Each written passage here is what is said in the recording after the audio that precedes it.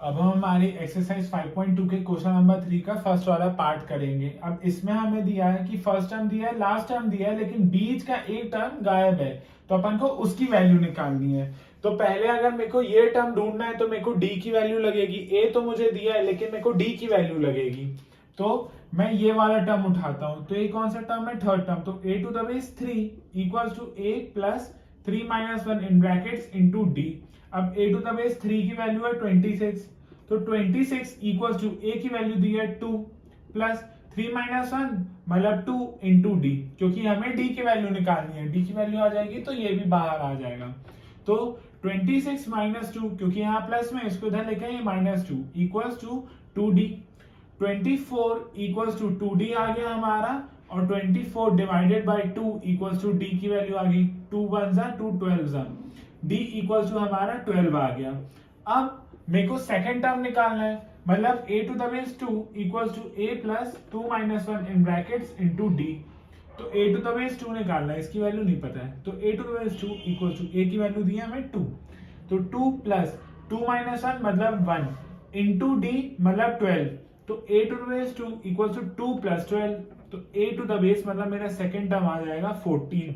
तो मैं इस बॉक्स में 14 भर सकता हूँ। अब हम हमारे सेकंड क्वेश्चन में आ जाते हैं। अब हमें दो चीजों की वैल्यू नहीं दी है, मतलब इक्वेशन बनानी पड़ेगी, मतलब हमारी दो इक्वेशन बनेगी। क्यों? क्योंकि हमें 13 और 3 की वैल्यू दी है, सेकंड टर्म और फोर्थ टर्म की वैल्यू दी है। फर्स्ट टर्म और सेकंड टर्म निकालना है, फर्स्ट टर्म और थर्ड टर्म हमें निकालना है, तो हमें दो इक्वेशन बनानी पड़ेगी। तो पहले मैं सेकंड टर्म की इक्वेशन बनाऊंगा, फिर मैं फोर्थ टर्म की इक्वेशन बनाऊंगा। सेकंड टर्म की इक्वेशन मतलब a to the base 2 equals to a plus 2 minus 1 in brackets into d, मतलब a टू द बेस 2 की वैल्यू है 13, तो 13 इक्वल्स टू a की वैल्यू पता ही नहीं है हमें, क्योंकि a तो फर्स्ट टर्म होता है, उसको निकालना है, तो वैसे ही a लिख दूंगा, प्लस 2 माइनस 1 मतलब 1 इंटू डी मतलब d, क्योंकि d भी निकालना है, d भी हमें गिवन नहीं है, तो ये हमारी फर्स्ट इक्वेशन हो जाएगी।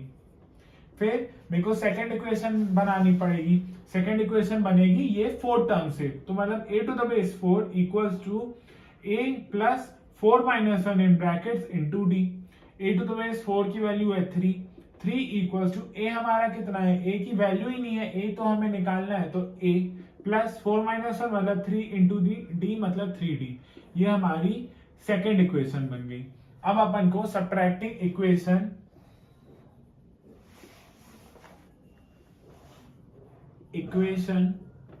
1 फ्रॉम 2 करना पड़ेगा, ताकि हमें कुछ कटेगा और फिर हमें एक चीज की वैल्यू मिलेगी जिससे हम दूसरी वैल्यू निकाल पाएंगे। तो सब्ट्रैक्टिंग इक्वेशन 1 फ्रॉम 2, तो सब्ट्रैक्टिंग इक्वेशन 1 फ्रॉम 2 30 नहीं, a plus D equals to 13 लिखा, 1 फ्रॉम 2, 1 फ्रॉम 2 मतलब 2 ऊपर, तो a plus 3d equals to 3 लिखा, और a plus d equals to 13 लिखा।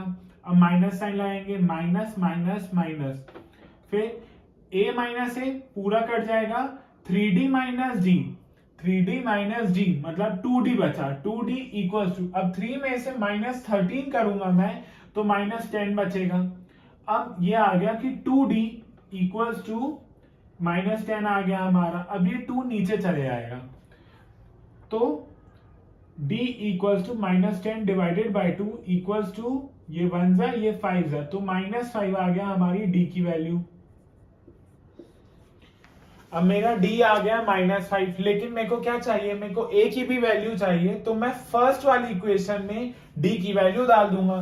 तो फर्स्ट इक्वेशन है 13 equals to a plus D है हमारी, तो 13 इक्वल्स टू a का a लिख दिया और d की वैल्यू है मेरी -5, तो वो लिख दिया। अब ये -5 उधर जाके प्लस हो जाएगी, तो 13 प्लस 5 इक्वल्स टू a आ गया, 13 प्लस 5 होता है हमारा 18 आ गया मेरा फर्स्ट टाइम, मतलब a आ गया मेरा। और लेकिन मुझे थर्ड टर्म भी निकालना है, तो थर्ड टर्म का फॉर्मूला लिख देता हूं, a to the base 3 equals to a plus 3 minus 1 in brackets into D. a to the base 3 equals to a की वैल्यू कितनी है हमारी 89, 18 प्लस 3 माइनस 1 मतलब 2 इंटू डी है हमारा -5, तो a to the base 3 equals to 18 अब ये प्लस है ये माइनस है, तो माइनस 2 5 जा 10, तो 18 माइनस 10 8, तो a टू द बेस 3 आ गया मेरा 8 बॉक्स। तो मेरा d आया -5, a आया 18 मतलब फर्स्ट टर्म आया 18 और a टू द बेस 3 मतलब ये वाले बॉक्स में मेरी वैल्यू आई 8, तो मैं इसको भरूंगा 18 13 8 3। अब हम हमारे अगले क्वेश्चन में आ गए हैं जिसमें हमें फर्स्ट टर्म दिया है, सेकंड टर्म नहीं दिया है, थर्ड टर्म नहीं दिया है, फोर्थ टर्म नहीं दिया है, फिफ्थ टर्म नहीं दिया है, लेकिन सिक्स्थ टर्म दिया है। अब हम सिक्स्थ टर्म का यूज करके हम डी की वैल्यू निकाल लेंगे और फिर फॉर्मूले में पुट कर करके second term, third term, fourth term, fifth term निकाल लेंगे। तो सिक्स टर्म मतलब ये सिक्स है ना, 1 2 3 4 5 6, सिक्स टर्म मतलब सिक्स टर्म का फॉर्मूला लिखेंगे a to the base 6 equals to a plus 6 minus 1 in brackets into d। अब सिक्स टर्म की वैल्यू क्या है 6 है, तो 6 इक्वल्स टू a कितना है -4 है, तो -4 लिख दिए, प्लस 6 माइनस 1 मतलब 5 इंटू डी मतलब वही 5d हो जाएगा, और ये -4 इसको इधर लेके आते हैं, तो 6 ये -4 है तो इस साइड आके ये +4 हो गया इक्वल्स टू 5d बचा 10 equals to 5d।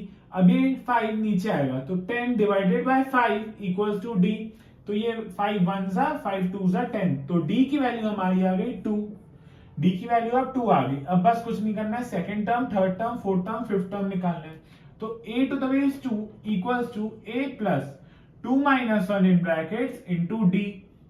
a to the base 2 निकालना है, तो a to the base 2 equals to a की वैल्यू कितनी है -4 है, -4 प्लस 2 माइनस 1 मतलब 1 इंटू d मतलब इंटू 2, तो 2 इंटू 1 2, फिर a to the base 2 equals to -2 हो गया बॉक्स, क्योंकि -4 प्लस 2 -2 बचा, ये पहला हो गया।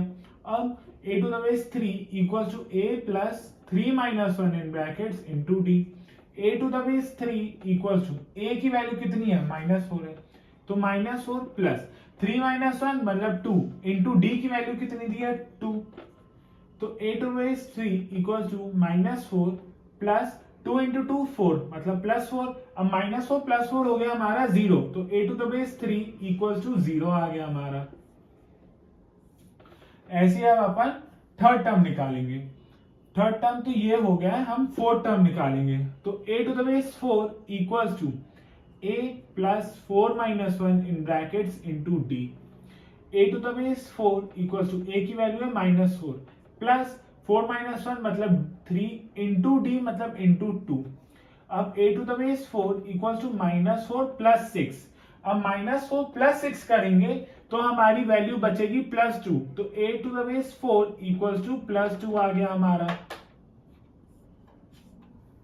अब हमें फिफ्थ टर्म निकालना है, तो a to the base 5 equals to a plus 5 minus 1 in brackets into d। a to the base 5 equals to a की वैल्यू क्या है -4 है, तो -4 प्लस 5 माइनस 1 मतलब 4 इंटू d मतलब 2। a to the base 5 equals to 4 मतलब -4 plus 4 2 जा 8, तो a टू द बेस 5 आ गया, -4 प्लस 8 मतलब +4 बॉक्स। तो हमारे चार टर्म आ गए, a2 आ गया, a3 आ गया, a4 आ गया, a5 आ गया। तो यहाँ पे भर देते हैं, a2 हमारा -2 है, a3 हमारा 0 है, a4 हमारा 2 है, a टू द बेस 5 है अपन का +4।